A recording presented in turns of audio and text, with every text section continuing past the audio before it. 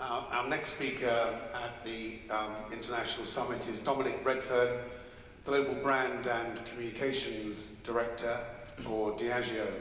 And Dominic and I spoke way back in January, and I noted at the time he was telling me about the exciting challenge, global challenge of combining brand and communications techniques to build reputation. But he also hinted that all was not quite well in his world, and that there were things that he would prefer the industry did differently. So let's see what he says. Welcome. Hello. Hi. What I'm going to do, if I can, if you'll indulge me, is give you some context on Diageo to begin with, and then talk to you about the model that we've introduced to how we think about measuring behind our master brand, which is a new piece of work that we've been doing. But it's a great pleasure to be here with you today. We've been creating what we call a stakeholder brand for Diageo, which is a relatively new concept, and certainly it wouldn't be able to exist really without the role that measurement and evaluation plays in it. So what I'm going to do is begin with is play a little short 90-second piece of video to show you a bit more about us, talk to you about our strategy, and then get into the model. So if we can play the video. Right.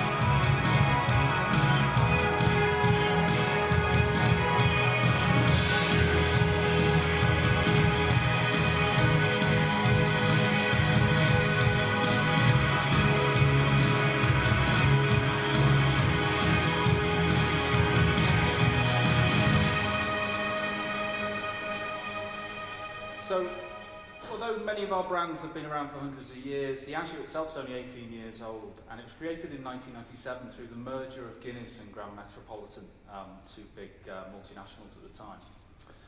And the story of the last 18 years has been one of continuous progression for Diageo, and as a bit of a nod to Johnny Walker, one of our most important brands who kept on walking, I suppose.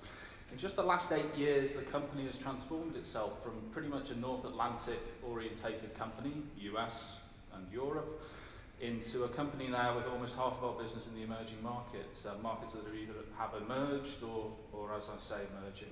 We've deliberately and methodically become a truly global company, expanding further into these markets to grow the business faster and increase the diversity of the company.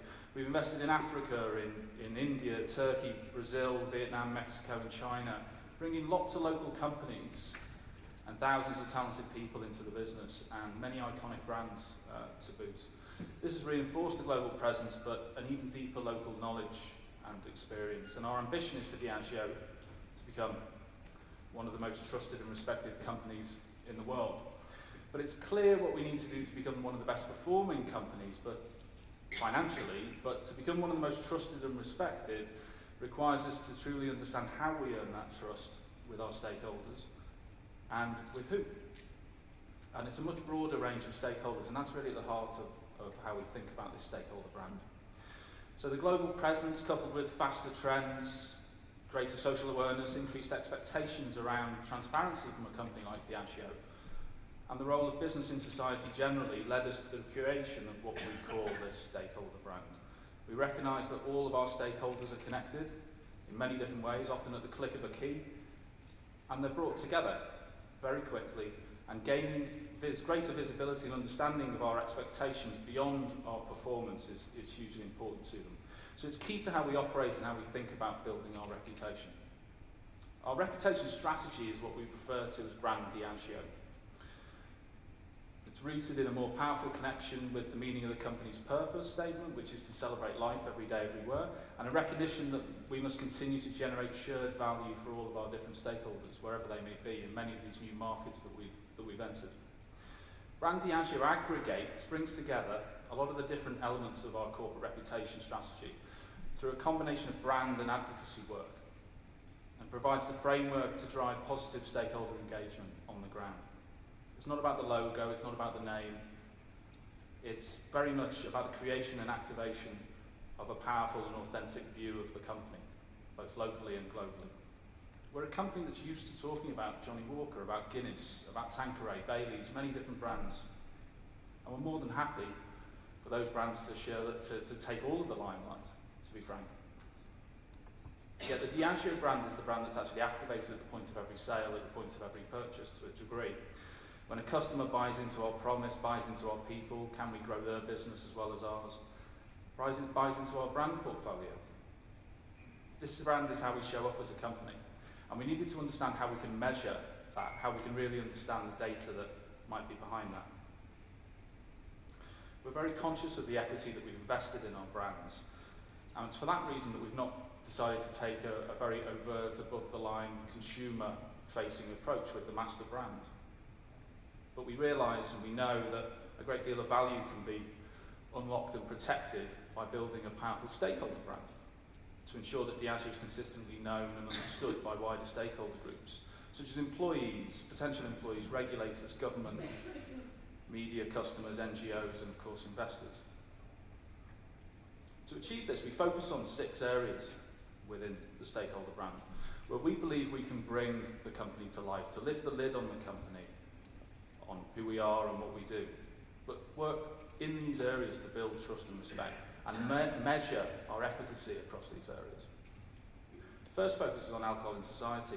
All of our employees are obviously, mothers, fathers, brothers, sisters, aunts, uncles, and everybody within the company cares passionately about creating a society free of alcohol harm. We know that for those adults who choose to drink, responsible and moderate drinking can be part of a balanced lifestyle, and we're proud of the approach we've taken over many, many years to promote moderation and to help tackle irresponsible consumption and underage consumption. We take the role very seriously, and we always will.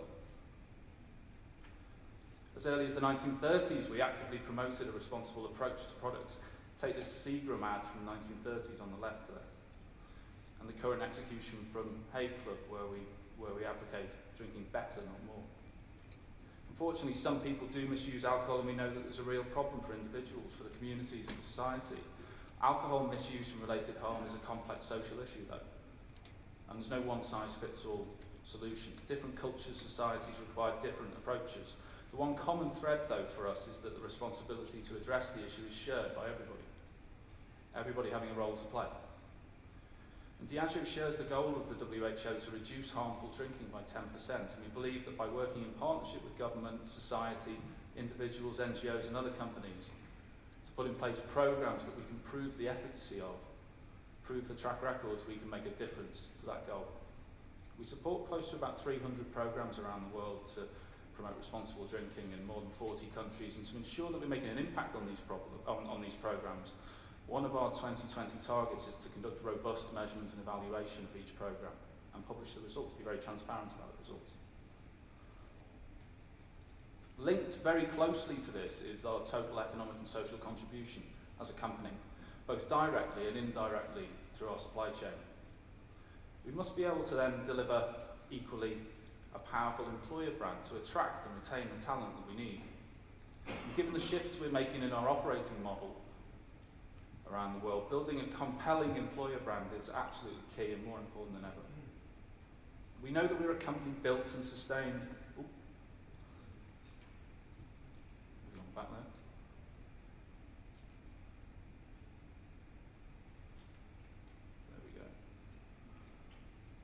know that we're a company that's built and sustained through innovation, which gives us the drive to create new products, new experiences for consumers, to invent strong brands today and in the future for more people to take further.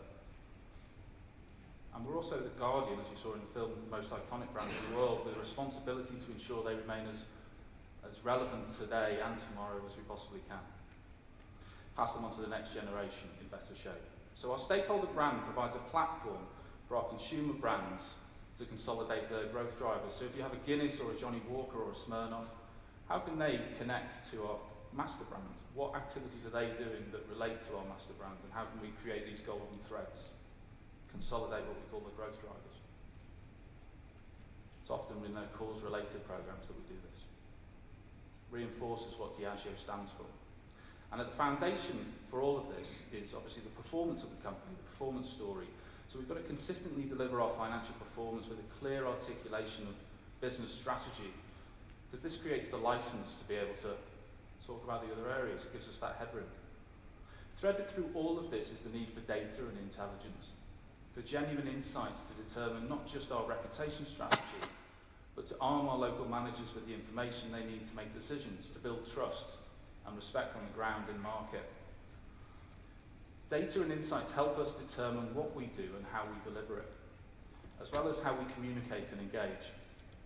Thanks to our consumer brand work, we obviously have access to a large amount of insights, a large amount of tools, but we found surprising when we looked at corporate reputation, on this strategy in particular, was quite a confusing landscape of corporate reputation measurement.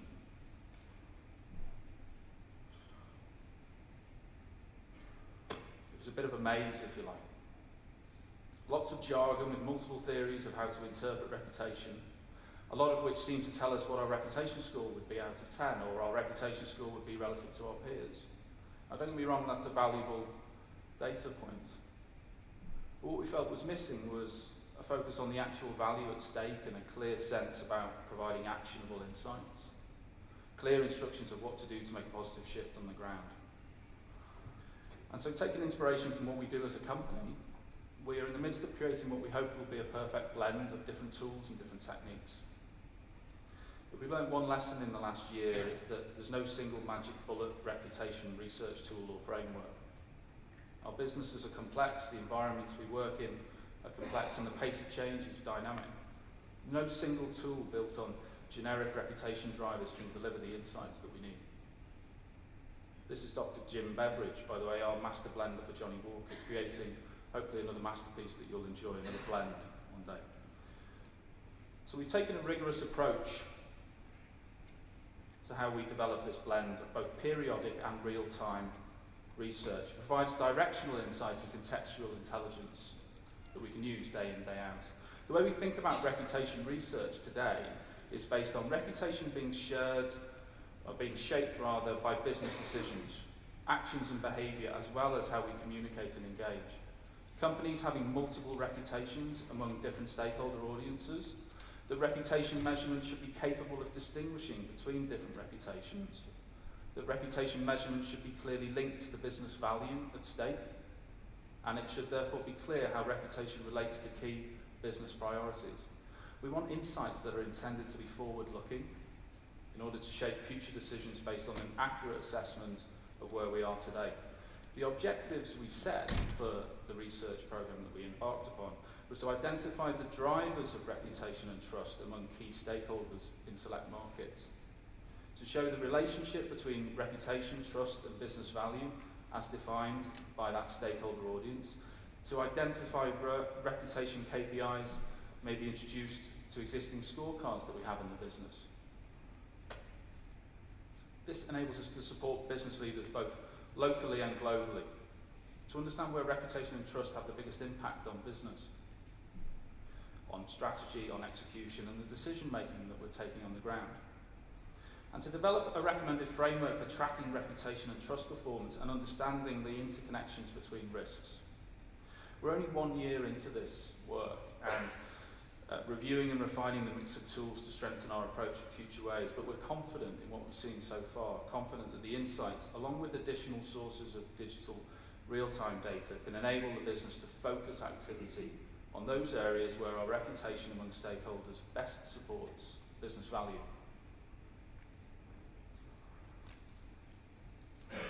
The advances in measurement and evaluation make this possible today in a way that it hasn't been before. This is exciting for communications professionals, I believe, as it provides both rigour and more process to what we do, to support what has historically been a discipline in which defining reputation beyond business performance was difficult, and with many intangible factors associated with it.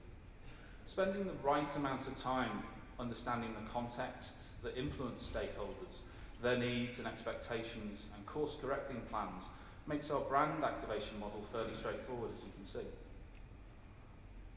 It's underpinned by data and insights from the outset, though. The data and insights drive how we think about our actions on the ground.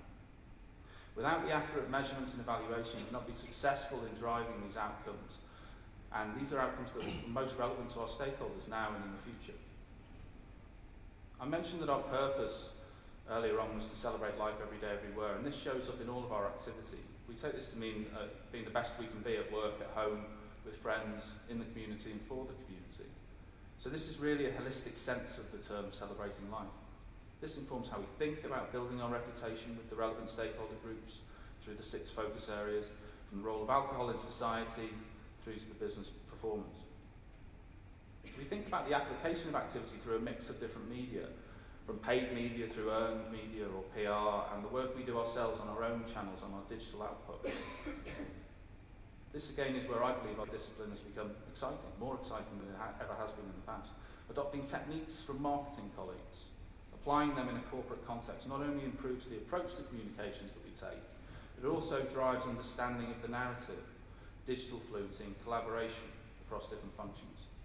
Combining activation techniques in this way across a richer channel mix gives us far more real-time analytics, far more data, really good data points to evaluate not just the effectiveness of what we're doing, but the efficacy of our spend, the efficiency of our spend. And our analysis also helps us prioritise activities to determine where we should continue, stop or change what we're doing. This is important to help us course correct and improve as we go along. It's been an additional benefit that has driven capability within the business, with our teams now able to learn through data and insights, able to learn through the measurement tools that we now have in place. This didn't take place 5 years ago, 6 years ago. This is driving real capability within the business and within the teams. It's helping us to know when to invest behind content on a particular channel, how to interpret insights from qual or quant research, and how to adapt and apply this information through our plans. I think Jeff Bezos once said, brand is what people say about you when you've left the room. He's right. And I also think now we have the opportunity to understand the context and the expectation before we go into the room and how we're doing during the conversation. The role of measurement and evaluation, or data and insights, has never been as important as it is today. It brings rigour, discipline, but most of all it brings far greater visibility. It enables us to look ahead and plan more effectively, not just provide a rear-view mirror or understanding of performance, but see what our stakeholders expect, and perhaps most importantly, it also allows us to have a different conversation with business leaders and managers on the ground. A very valuable conversation about business priorities and the stakeholders who impact them on the ground every day. In a world where data is all around us and freely available, it's the responsibility of all communicators, I believe, to understand how to harness this and how to use it to fuel plans, to learn, to progress, and to deliver on these expectations, whether in a business large or small. I believe it will reframe our discipline, and for more communicators that are able to partner successfully with data and insights experts, the more effective and efficient they will become. This then requires those of you who work in data and insights to be effective partners, to recognise that often people will be finding their way, looking for clarity, and most of all, simplicity. It's a complicated area when you first come into it. Help them connect your tools and the outcomes that they're working on and help them deliver it. Management teams and boards are increasingly demanding greater rigour and more data to be able to understand reputation and relative performance. So there's a tremendous opportunity for your profession to step forward and become an essential component of every corporate reputation strategy, regardless of the size of the business. Thank you.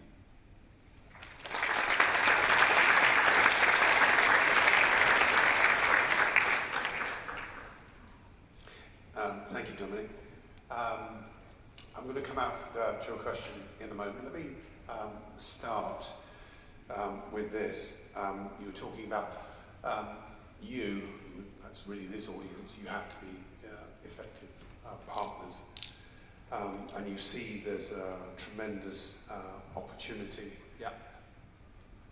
Are you also kind of suggesting that the opportunity's been missed so far? Is that what you're feeling? Possibly, yes, Barry. I think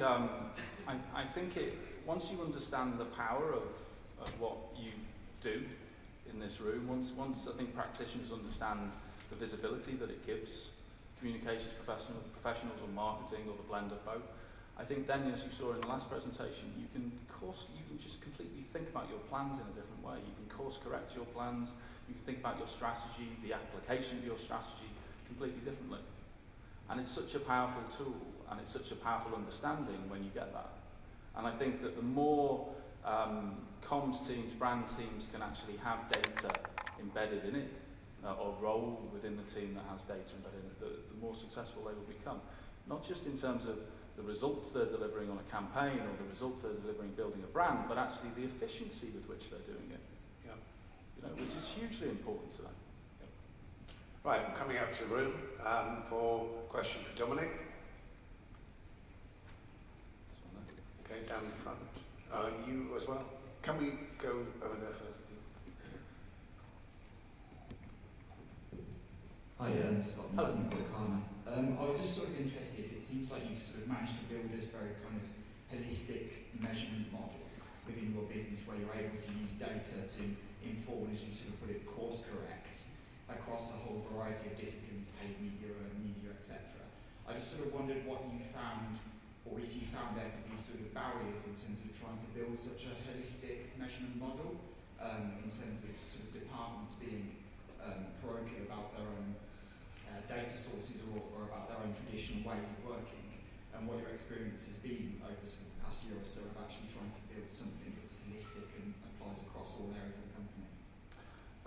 It's a great question. I think the benefit at Diageo is quite a progressive company, so we try to share a lot of the capabilities cross-functionally as quickly as we can. So to that end, we're always looking to try to improve what we're doing. And in this work, we're still very early into this work.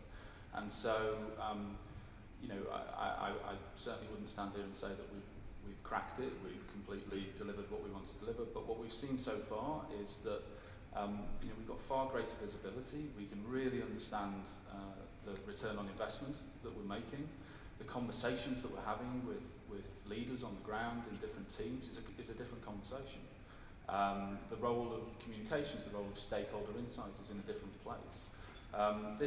When our chief executive came into role 3 years ago, he asked for the company to become one of the best performing, most trusted and respected consumer products company. So in terms of best performance, that was really clear, as I was saying in my speech. But trust and respect is difficult to really understand where you are now and where you need to get to, or where you'd like to get to.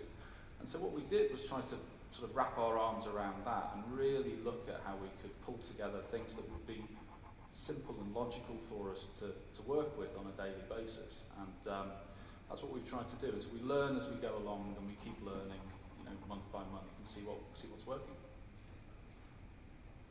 Thank you. I'm running commute and monitoring business for Poland. You mentioned at the beginning that you have a couple of brands. They are slightly different but connected, let's say, on this intelligent alcoholism factor. How do you manage your communications? You have different PR and monitoring companies for every brand. How do you do it together? If so, how do you communicate between the suppliers of data for you, that you all have the same focus or you have the same goal in mind? It's a very good question. Yeah, we have many brands all over the world, either global brands, the Guinnesses or the Johnny Walker, Smirnoff examples, and then lots of local brands. And particularly as we've expanded as a company, we've brought in lots more local brands into the portfolio. Clearly, depending on the market, the size of the market, the importance of the market to the business, the scale of our operations on the ground vary, and depending on whether we're manufacturing in that market or not. So when it comes to a brand team or a communications team, often if we have significant value in a marketplace, then we'll have a larger team. That team may then also have supportive agencies, different monitoring, etc. But what we're trying to do more and more is be able to give my team, if you like, which is the global team, a view that is, in this connected world we live in, we have the ability now to have a more connected view of what is happening where, and how we can then have a richer conversation with our local teams and help drive their capability, and in turn they drive our local understanding of what's happening on the ground. So we're trying to use the tools as widely as we can and bring everybody up to speed as to how we're thinking about this at the same time. So it's work in progress, but it is, depending on the size of the market, really determines how big or small our agency mix is in a given market on a brand. So, Dominic, just looking at the big signs up there, the theme of our conference, is Diageo now there? Are you making metrics matter by this work? Yeah, I think hugely powerful tools, and I think that if you're not measuring what you're doing, you can't understand the return on investment or the spend decisions. Yeah. So, metrics, the way we use measurement and evaluation broadly across the company is hugely important to us. Thank you. One more question? No, I think, yes, there is, at the back. Well done for perseverance. Yeah, Stuart Bruce, independent consultant. You talked about kind of Diageo and its local brands. I think one of the things you can do when you acquire local brands is there are international accounting standards and ISO standards that can actually put a value on that brand. But one of the challenges we've got is you can't calculate a value of reputation in the same way. Is that a challenge that you're kind of thinking about and looking at? I think the value of reputation really is about, what are the stakeholder expectations in a given market? What do they expect Diageo to deliver now, and what would they expect in the future? And that's really, if you can find the link between the actions that we're taking and the response from stakeholders, that's where the real value lies. It's the value on the ground in that sense. So for us, it's about what can be actionable insights. So if we're building a reputation plan, a communications plan in a given market, how are we going to know that that is the right plan for the stakeholders that we want to either bring in as new employees or partner with as business venture partners or work with on different alcohol in society programs, whatever it may be. We have to identify the business value at stake in that sense, and then create a plan through measurement, data and insights that we believe will be effective and deliver what those stakeholders expect of us. So that's where we focus more than probably anywhere else. Okay, great. Dominic, we're going to have to leave it there. Thank you very much for being with us. Enjoyed it. Thank you.